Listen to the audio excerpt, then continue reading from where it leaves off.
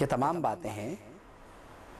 کیا انسان صرف اس خدشے کے پیش نظر جیے کہ میرے مرنے کے بعد میرے گھر والوں کا کیا ہوگا؟ وہ یہ کیوں نہیں سوچتا کہ میرے مرنے کے بعد میرا اپنا کیا ہوگا؟ قرآن مجید نے انسانی طبیعت کی اس روش کی، یعنی اس روش کا جو اظہار فرمایا کہ سوچو، وَلْيَخْشَ الَّذِينَ لَوْ تَرَكُوا مِنْ خَلْفِهِمْ ذُرِّيَّةً ضِعَافًا خَافُوا عَلَيْهِمْ. انسان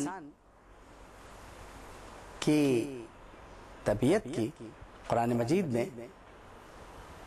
اس طرح ترجمانی کی کہ لوگوں کو خوف ہوتا ہے کہ وہ اپنے چھوٹے چھوٹے بچے چھوڑ کے مر جائیں گے تو کیا ہوگا. تو خافوا علیہم، ان بچوں کے بارے میں، ان کے مستقبل سے وہ ڈرتا ہے. اپنے بارے میں تو اسے یقین ہو گیا کہ مرنا ہے، بچوں کے مستقبل سے وہ ڈرتا ہے. فَلْيَتَّقُوا اللَّهَ، تو ان کو چاہیے وہ اللہ سے ڈریں.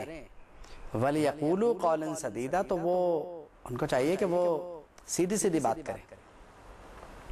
یعنی یہ کہ یتیم بچوں کا مال تم کھا جانا چاہتے ہو، ان کی جگہ اپنے بچوں کو رکھ کے سوچو کہ اگر تمہارے چھوٹے چھوٹے بچے ہوں اور تمہیں موت آنے لگے تو تمہیں خوف یہ ہوگا کہ میرے بعد ان کا کیا ہوگا. تو اپنے بچوں کو ان کی جگہ رکھ کے سوچو.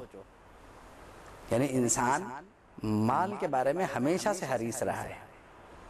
ویسے تو عام طور پر یہ کہا جاتا ہے کہ انسان 3 چیزوں کے معاملے میں حریص ہے: زرزن، زمین. لیکن یہ تینوں چیزیں اور یہ تینوں تعلق جب اس لیول پہ آ جائیں کہ 3 اصول بن جائیں کہ انسان کو انہی 3 چیزوں کی شدید ضرورت پڑتی ہے، تو اس کے لیے بعض اوقات مصیبت بن جاتے ہیں. ضرورت کی حد تک تو ہر بات ٹھیک ہے، لیکن اگر ان تینوں چیزوں کے ہوس میں مبتلا ہو جائے انسان تو مارا گیا. کیونکہ ان تینوں چیزوں کے چکر میں اگر اس نے اللہ سے غفلت اختیار کر لی اور اسی درمیان وہ مر گیا تو گیا. اب یہ بھی تو ہو سکتا ہے کہ انسان کو اتنی حرص ہو کہ وہ اللہ کے راہ میں کچھ خرچ ہی نہ کرے. تو اگر اس نے خرچ نہیں کیا تو اس کا مطلب اس نے آخرت کو نہیں سوچا. اس کی اولاد بھی اب یقیناً اس کے مرنے کے بعد کچھ بھی خرچ نہیں کرے گی، وہ صرف اپنی ذاتی مسرت کے لیے ان پیسوں کو خرچ کریں گے، جس کا گناہ اس کو ملے گا کیونکہ اس نے بچوں کی تربیت اس لحاظ سے کیوں نہیں کی کہ وہ اللہ کے راہ میں کچھ خرچ کرتے. اور جب ایسا نہیں کیا تو بخیل کا مال مرنے کے بعد تو اس کے کسی کام نہیں آیا، زندگی میں تو آیا ہی نہیں. اس آس میں رہا کہ ہاں ٹھیک ہے اور جمع ہونے دو، اور تو وہ اور کے چکر میں مارا گیا. اب مال کو جب تم نے اپنے ہاتھ سے نہیں نکالا تو مرنے کے بعد وہ کہاں سے نکل کے جائے گا؟ تو مال کی مدد سے صدقہ جاریہ چھوڑا جا سکتا ہے پیچھے. ایسا کام کیا جا سکتا ہے کہ جو صدقہ جاریہ کے طور پر ہمارے لیے ثواب کا باعث بنتا رہے. لیکن اگر ہم نے یہ کچھ نہیں کیا تو پھر سمجھ لیں ہمارا کام ہو گیا. پھر تو اب اسی حدیث میں یعنی انسانی زندگی کا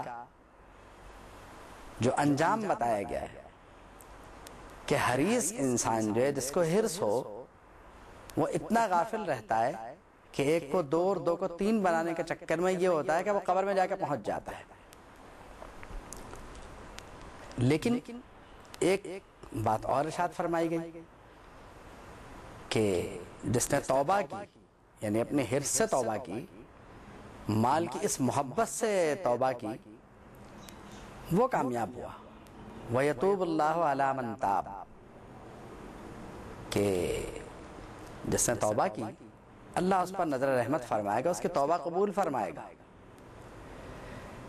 یعنی زندگی میں اگر اپنی اصلاح کا رستہ اختیار کیا جائے تو وہ صرف توبہ سے ممکن ہے. بصورت دیگر یہ ہوگا کہ وہ قبر میں پہنچ جائے گا. یعنی مال کی یہ محبت اسے قبر میں پہنچا دے گی. اور مال کی اتنی شدید محبت کہ قرآن مجید نے مذمت فرمائی ہے. لیکن ساتھ میں یہ بھی فرمایا وَإِنَّهُ لِحُبِّ الْخَيْرِ لَشَدِيدٌ کہ یہ مال کی محبت میں انتہائی شدت پسند ہے. وہاں جا کے اس میں شدت آ جاتی ہے. یعنی جہاں کفار مکہ کے معاملات زیر بحث لائے گئے تو وہاں پہ یہ فرمایا گیا افلا یعلم اذا بوسر ما فی القبور وحصل ما فی الصدور. مطلب یہ ہے کہ اس دن کیا ہوگا قیامت کے دن. یعنی جب لوگ قبروں سے نکلیں گے باقی چیزیں ہوں گی اور چیزیں تو پھر کیا ہوگا کیا اس دن. کیا انسان کی حرص اس سے کچھ کام آئے گی. یہ مال جو ہمارے پاس جمع ہے جس سے ہمیں شدید ترین محبت ہے یہ ہر صورت میں ہمارا ساتھ چھوڑے گا. یا تو ہمارے مرنے کے بعد چھوڑ دے گا آخرت میں کسی کام نہیں آئے گا. اور دنیا میں بھی اگر ہم اسے صرف بینک میں بھرتے رہے تو ہمارے کس کام کا ہے. یہ تو صحیح ہے. اب تو یہ صورت ہو گئی ہے کہ وقت ایک ایسا فیکٹر ہو گیا ہے ٹائم جو مال کی قیمت کو خود کم کر دیتا ہے. تو اب آپ کہیں گے کہ حدیث شریف میں تو سونا ارشاد فرمایا گیا ہے تو اگر ہم سونا لے کے رکھ لیں تو یہ تو صحیح ہے لیکن پھر آپ اسے بڑھائیں گے کیسے.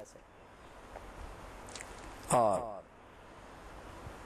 جن کو سونے کے ذریعے اپنی دولت میں اضافہ کرنا تھا وہ کر چکے یا وہ کر رہے ہیں. اب اتنا کہاں ہوگا کہ سونا اتنا مہنگا اگر ہو گیا کہ آپ کی دسترس سے بھی باہر ہو گیا تو کیا کریں گے آپ. یعنی آپ یہ دیکھیے کہ نبی کریم صلی اللہ تعالی علیہ وسلم کا جو ارشاد گرامی ہے کہ اگر انسان کے پاس سونے کی ایک وادی یعنی نبی کریم صلی اللہ تعالی علیہ وسلم نے کسی سے علم حاصل نہیں فرمایا